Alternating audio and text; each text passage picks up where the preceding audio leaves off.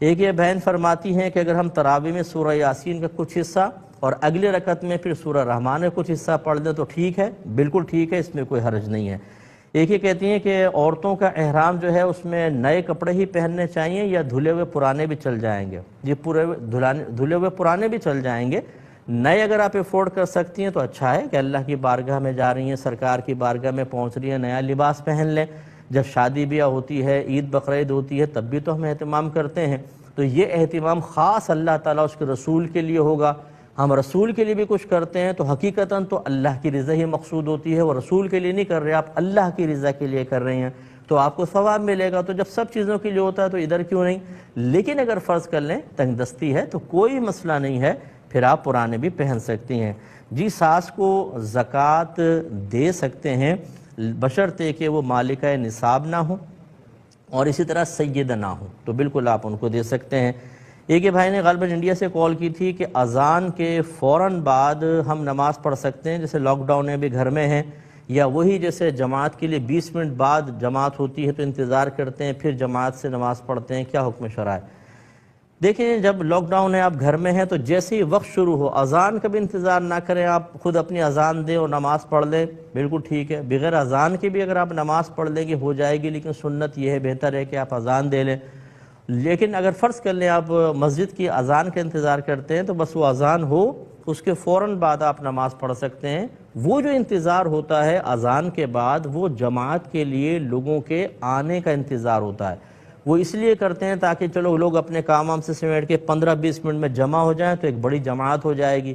اگر اذان دیتے ہی فوراً جماعت قائم کی جائے تو پھر لوگ نہیں آ سکیں گے، تو اس میں ایک حکمت پوشیدہ ہوتی ہے، لہذا گھر میں چونکہ اس حکمت کی ضرورت نہیں ہے تو لہذا فوراً نماز ادا کر سکتے ہیں۔ یہ کچھ اور پھر کویسچن ہے، میں مزید لے لیتا ہوں۔ ایک یہ پوچھا تھا کہ کسی نے کہ یہ کسی بزرگ کی طرف کسی شخص کی طرف منسوب کر کے ایک جملہ کسی نے بھیجا کہ دنیا میں اللہ کی شدید ترین پکڑ یہ ہے کہ اللہ تعالیٰ تمہاری زبان سے اپنا ذکر روک دے گا، کیا یہ صحیح ہے؟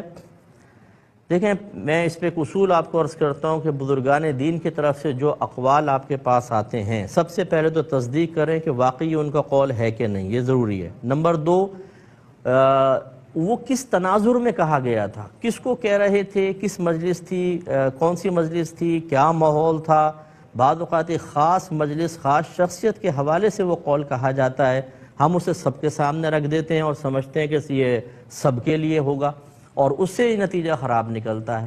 تیسری چیز یہ ہے کہ اسے پھر یہ دیکھا جائے گا کہ وہ قوانین شرع کے موافق بھی ہے کہ نہیں۔ اب جیسے یہ ایک مقولہ کہ اللہ کے شدید ترین پکڑ یہ ہے، یعنی اس کی علامت یہ ہے کہ اللہ تعالیٰ تمہارے زبان سے اپنا ذکر روک دے گا۔ نمبر 1 ذکر کسے کہتے ہیں، پھر کون سا ذکر یہاں مراد ہے؟ اس کا مطلب اگر میں لا الہ الا اللہ میں روزانہ نہیں پڑھتا ہوں بطور ذکر یا سبحان اللہ الحمدللہ تو میں شدید گرفت میں ہوں۔ اچھا میں الحمد شریف پڑھتا ہوں الحمدللہ کرتا ہوں، یہ سبحان اللہ پڑھتا ہے، اب یہ الحمدللہ نہیں پڑھ رہا، میں سبحان اللہ نہیں پڑھ رہا، میں اپنا وظیفہ پڑھتا ہوں، یہ اپنا وظیفہ، اس کا مطلب ہے گئے کون سا ذکر مراد ہے، کتنا ذکر مراد ہے، کس تعداد میں مراد ہے۔ چونکہ یہ بہت ہی وضاحت طلب اقوال ہوتے ہیں اس طرح کے، اس لیے ان کو بنیاد بنا کر کسی کے بارے میں کہنا کہ تم ذکر نہیں کرتے تو تم اللہ کی شدید گرفت میں آ گئے، یا انسان ویسے ہی ہولنا شروع کر دے کہ ارے یار میں بھی اللہ کی گرفت میں تو نہیں آ گیا۔ اس طرح کے اقوال کو بغیر وضاحت کے، جب تک وضاحت حاصل نہ ہو، ہرگز اس طرح کے اقوال کو سن کر پریشان نہ ہوں۔